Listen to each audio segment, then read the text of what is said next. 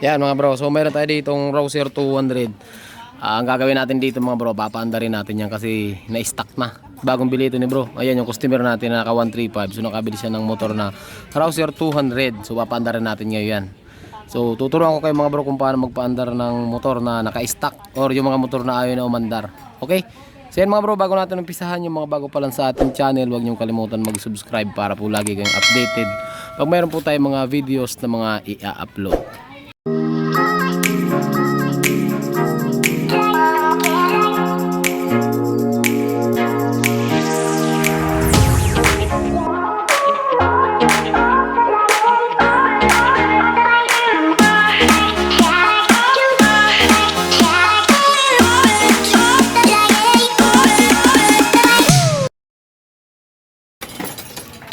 Yan. Ito mga bro, Rouser 200. So nabili na ito ni bro ng murang-mura lang. Hindi ko nasasabihin yung presyo pero mura lang yung bili niya dito mga bro. Tapos ang mga pinalitan niya na dito, yung carb nalinis niya na, bago yung manifold, pati yung ating throttle cable bago na rin. Kalasin mo yung ano dun bro. So yan mga bro, sa pagpapaandar ng motor, ang kailangan lang natin i-check dyan is yung compression ng makina, yung gasolina, at saka yung kuryente. Alin man dun sa tatlo na sinabi ko, kapag wala yun, hindi talaga andar ang motor. No mga bro. So ngayon, alam nyo naman itong 200, yung 180, yung R220, 200, tsaka 180, wala po yung kicker. So kakailangan natin ng battery. So nanghiram muna tayo ng battery dun sa 135 ni bro. Ayun yung motor niya. Yun yung 135 niya. Ano, hindi ko na makalas. Ayan. So natin i-check mga bro, lagyan muna natin ng battery. Hindi, tanggalin mo muna to. Tanggalin mo muna to. Hindi, nakaw na. Ay, sasalpak natin dito. Ito muna. Asan yung susi bro? Ito. Ito. Yan, sa kanya yan. Talisin mo, susiyan mo to. Ayan, susiyan mo.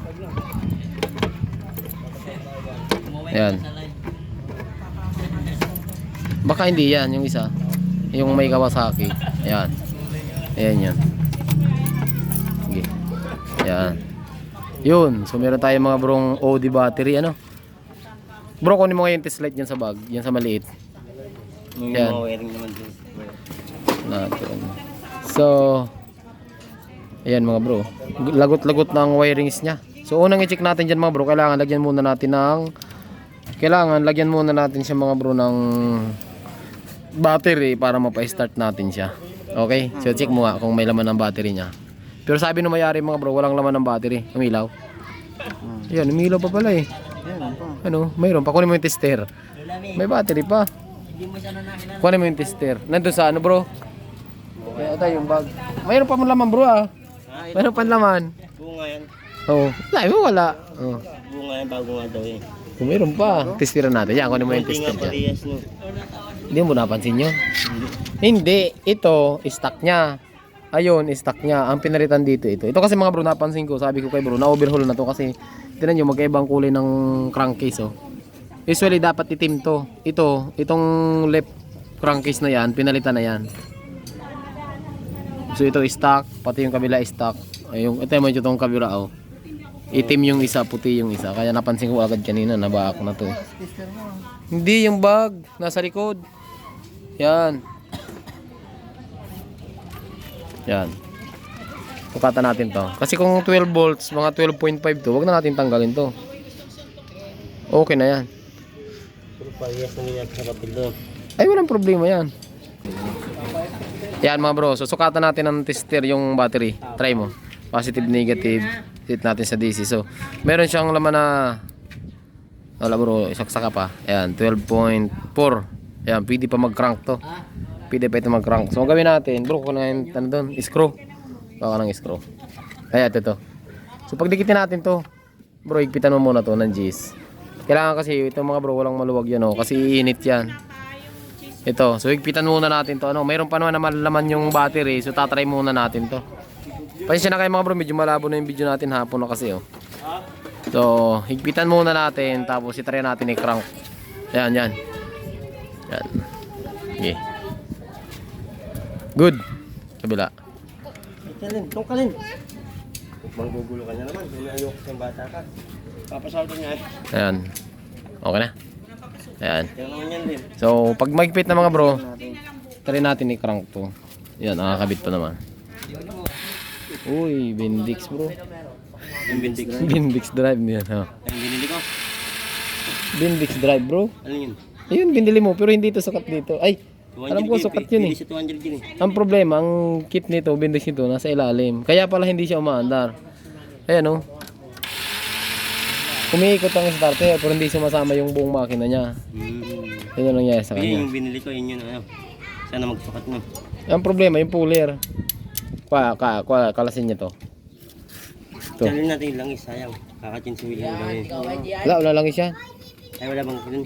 Oo. Magandang balita yan. Kaya ko na sira dito, handa to. Hindi ka lang ng budget. Andar yan. Lahat ng mga motor, handa talaga yan. Swerte mo pag kumandar na wala kang ano nang sabihin mo. Kahit paano meron. Ano yung mga mamahalin? Mamahalin ang tisa dito bro.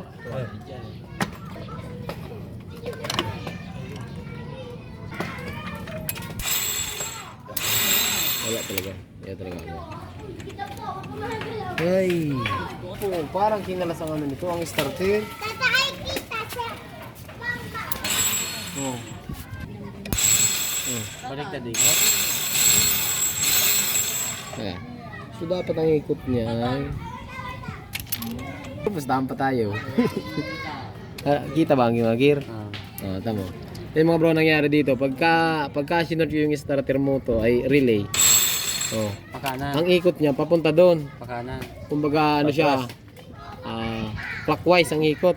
So ang kapag nandito tayo sa may magneto side, dapat ang ikot ng makina counterclockwise. Ayun oh. Pakaliwa. Tanggalin muna natin itong gear. Hindi natin ito bubunot. Ayun, baliktad eh. Ngayon, kakalasin natin yung starter motor, yung kailangan natin may langis mo. Baliktad eh.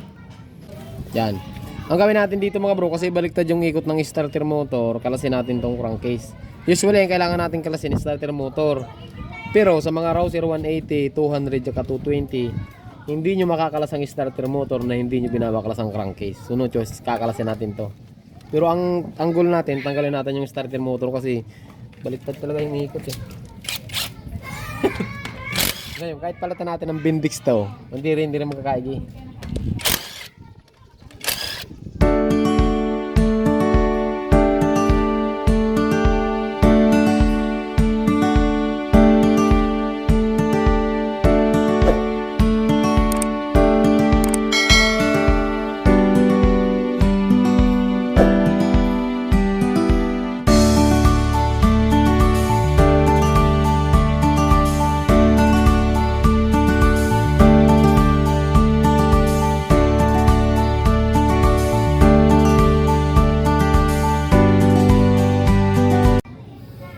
Yeah mga bro, so bali nakalas na natin yung starter motor.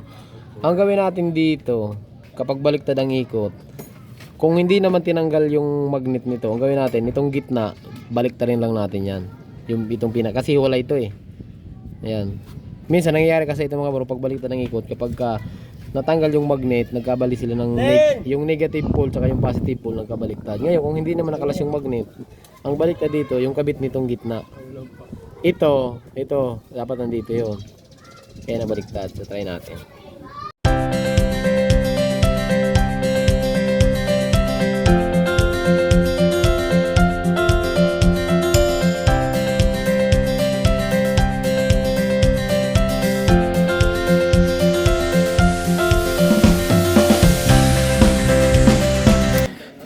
Yan mga bro, so kung makikita nyo, bali natanggal na natin yung cover tapos yung tangke. So unang-unang i-check natin dyan. Siya nga pala, natanggal na rin natin yung tanggal na rin natin yung headlight. Tapos ito ay BCU type. Abot nga bro ng BCU. Yan mga bro. Ito yung tinatawag na BCU or yung tinatawag na body control unit. So ang trabaho nito mga bro is ito yung nagtitrigger ng ating mga load kagaya ng busina, ng signal light, ng starter. Ayan, ng park light. So, meron siyang input tsaka output. Ang input niya ay nasa 3 volts lang, nanggagaling dito ng mga switch. So, dahil naka-convert na ito, dito mawawala na ito ng function. Yung ibang parts nito wala na siyang function. Kagaya ng starter, ng signal light kasi ito ay nakarekta na. So ang mga normal na switch ng BCU, mga sensor yan, mga ilaw lang nandiyon sa loob. Ito kasi wala, mga terminal yan, mga contact. Kaya ganon. Yan bro. Ngayon, check natin muna mga bro kung mayroong kuryente dito sa motor na ito. Tanggalin mo bro. Yan, tanggalin mo muna. Yan, tanggalin mo yan. Ikutin mo. Yan. Check natin muna mga bro ah. Paandarin lang muna natin to, tapos saka na natin gagawa ng tutorial yung buong linya. So ang goal natin ngayon is para paandarin muna. Ngayon, hawakan mo bro ah. Huwag mo hawakan sa dulo. Ayan. Hindi yan. Basta lumayo, layo mo lang.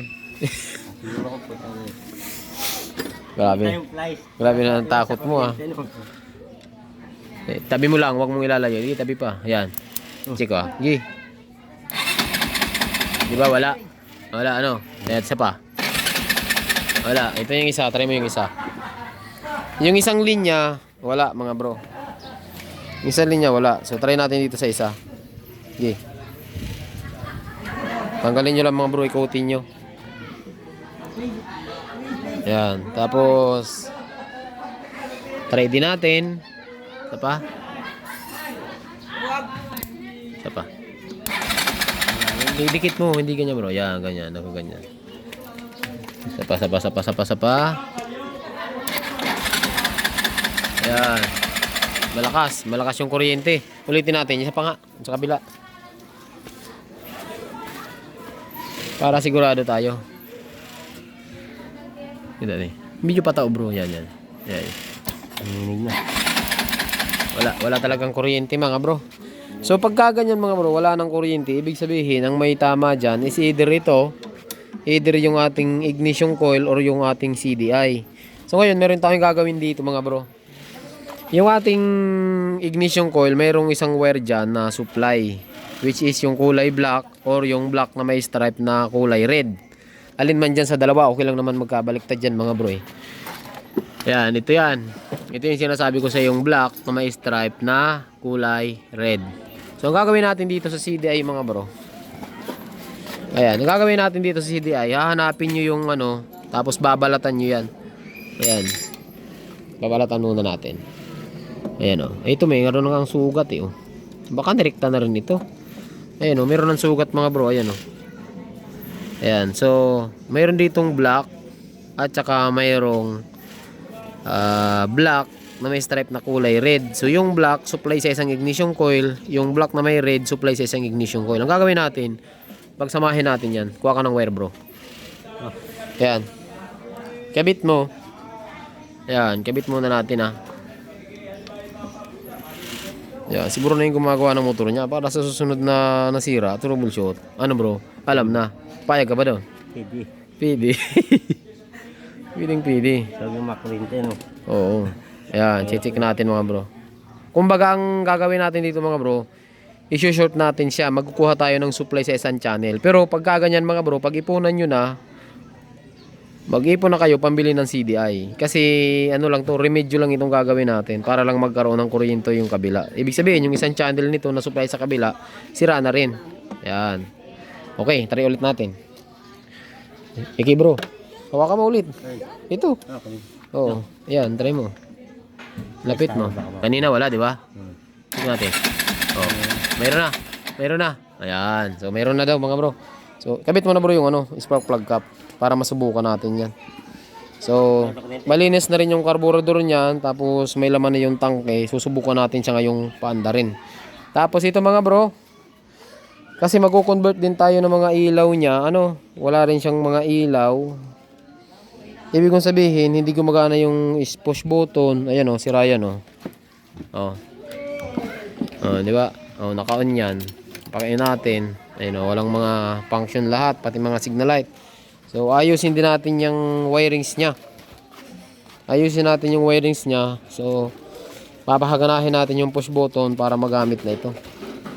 Ito yung sa display. Yan. Okay. Kabit mo na bro yung tangke.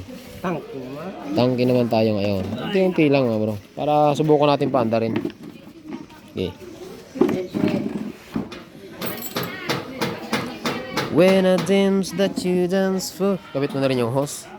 Yan, ito mga kasi mga bro, bago ako dumating dito, meron ng malilinis na yung ibang piece niya kasi si bro medyo maalam naman siya sa magkalikot ng mga motor. Malinis na yung ibang, ayan, mga wiring, kalas-kalas na. Bago na rin yung carburetor, bagong linis. Ayan. So on natin. Ito. Natin. Pag ino natin yan mga bro, subukan natin paandarin ha. Tayo natin.